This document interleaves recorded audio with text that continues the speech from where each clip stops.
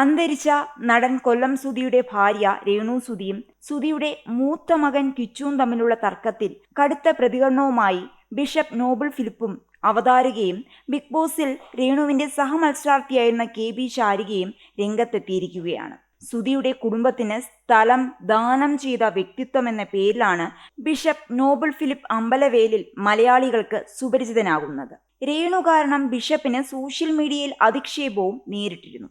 എന്നാൽ രേണുവിന്റെ രോഗവിവരം അറിഞ്ഞപ്പോൾ എല്ലാം മറന്ന് അദ്ദേഹം പ്രാർത്ഥിക്കാനും മറ്റുമായി സുതലയത്തിലേക്ക് എത്തുകയുമുണ്ടായി. പഴയ കാര്യങ്ങൾ മനസ്സിൽ കൊണ്ട് നടക്കാൻ ആഗ്രഹിക്കുന്നില്ലെന്നും ഇനി അങ്ങോട്ട് രേണുവിനും കുടുംബത്തിനും തന്റെയും കൈത്താങ്ങ് ഉണ്ടാകുമെന്നാണ് മെയിൻ സ്ട്രീം വണ്ണിന് നൽകിയ അഭിമുഖത്തിൽ ബിഷപ്പ് പറഞ്ഞത്.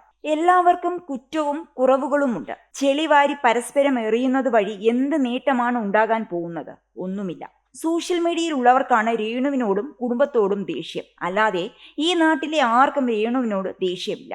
എല്ലാവരും അവനവന് ഇഷ്ടപ്പെട്ട ജോലി ചെയ്തല്ലേ ജീവിക്കുന്നത്. രേണു അവർക്ക് സന്തോഷമുള്ള ജോലി ചെയ്യുന്നതിൽ എന്താണ് തെറ്റ്?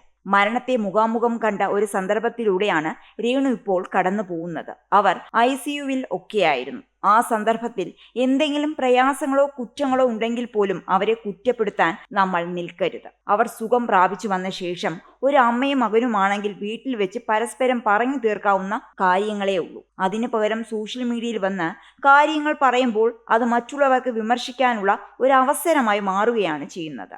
സ്വന്തം മകനായി വളർത്തിക്കൊണ്ടുവന്ന കുട്ടി അവർക്കെതിരെ സംസാരിക്കുമ്പോൾ അത് മലർന്നു കിടന്ന് തുപ്പുന്നത് പോലെയുള്ള ഒരു അനുഭവമാണ്. ആ കൊച്ചു പയ്യൻ കാണിച്ചു വെച്ചിരിക്കുന്നത് ഒട്ടും ശരിയായ കാര്യമല്ല. എനിക്ക് അതിനോട് യോജിക്കാൻ കഴിയില്ല. ഇപ്പോൾ അത് പറയേണ്ട യാതൊരു ആവശ്യവുമില്ലായിരുന്നു. അഥവാ അങ്ങനെ എന്തെങ്കിലും പറയണമെന്നുണ്ടെങ്കിൽ പോലും അവൻ ഫോണിൽ വിളിച്ച് സംസാരിക്കണമായിരുന്നു. അവിടെ കൊണ്ട് അത് തീർക്കാമായിരുന്നു. നമ്മുടെ വീടുകളിലൊക്കെ എന്തെങ്കിലും പ്രയാസങ്ങൾ ഉണ്ടായാൽ നമ്മളത് സോഷ്യൽ മീഡിയയിൽ പറയാറുണ്ടോ? അതുപോലെ അവരും ഒരു അമ്മയും മകനുമായി അത് സംസാരിച്ച് തീർക്കണമായിരുന്നു. ഇതിപ്പോൾ മറ്റുള്ളവർക്ക് രേണു സുധിയെ എറിയാനായി കല്ലെടുത്ത് കൊടുത്തതുപോലെയായി. ഇപ്പോൾ എല്ലാവരും അവരെ എറിഞ്ഞുകൊണ്ടേയിരിക്കുകയാണ്. രേണു സുധി ഒരു രോഗിയാണ്. ഇനി ആ പെൺകുട്ടിയെ ആക്ഷേപിച്ച് അവൻ വീഡിയോ ഇടുകയാണെങ്കിൽ നിയമ നടപടികളുമായി മുന്നോട്ടു പോകാൻ തന്നെയാണ് ഞങ്ങളുടെ തീരുമാനം. ഈ രാഹുൽ ദാസിന്റെ വിവരങ്ങളെല്ലാം നാട്ടുകാർക്ക് നന്നായി അറിയാം. ഞാൻ ഈ നാട്ടിൽ ജീവിക്കുന്നയാളാണ്. രാഹുൽ ദാസ് കൂടുതൽ നല്ലവനാകാൻ ശ്രമിക്കേണ്ട. കാര്യങ്ങളെല്ലാം ഞങ്ങൾക്ക് നന്നായി അറിയാമെന്നും ബിഷപ്പ് പറയുന്നു. കിച്ചുവിനെതിരെ രൂക്ഷമായ ഭാഷയിലാണ് ശാരിക പ്രതികരിച്ചത്. രേണു സബ്സ്ക്രിപ്ഷൻ കണ്ടന്റുകളിലൂടെ ഉണ്ടാക്കിയ പണത്തിന്റെ പങ്ക് വാങ്ങി അനുഭവിച്ചിട്ടാണ് കിച്ചു അവളെ കുറ്റപ്പെടുത്തുന്നതെന്ന് ശാരിക തന്റെ വീഡിയോയിലൂടെ തുറന്നടിച്ചു.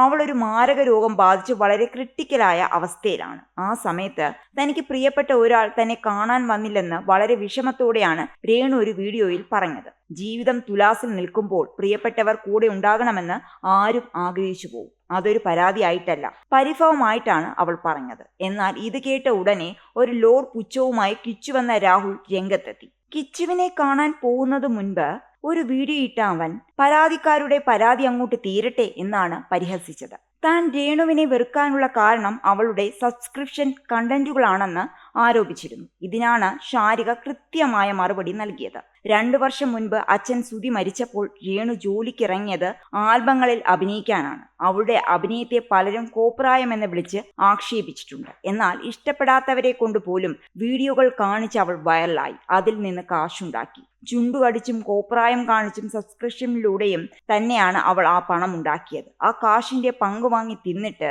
ഇപ്പോൾ അവളെ ഇങ്ങനെയൊക്കെ പറയാൻ നിനക്ക് നാണമുണ്ടോടാ എന്ന് ശാരിക ചോദിക്കുന്നു.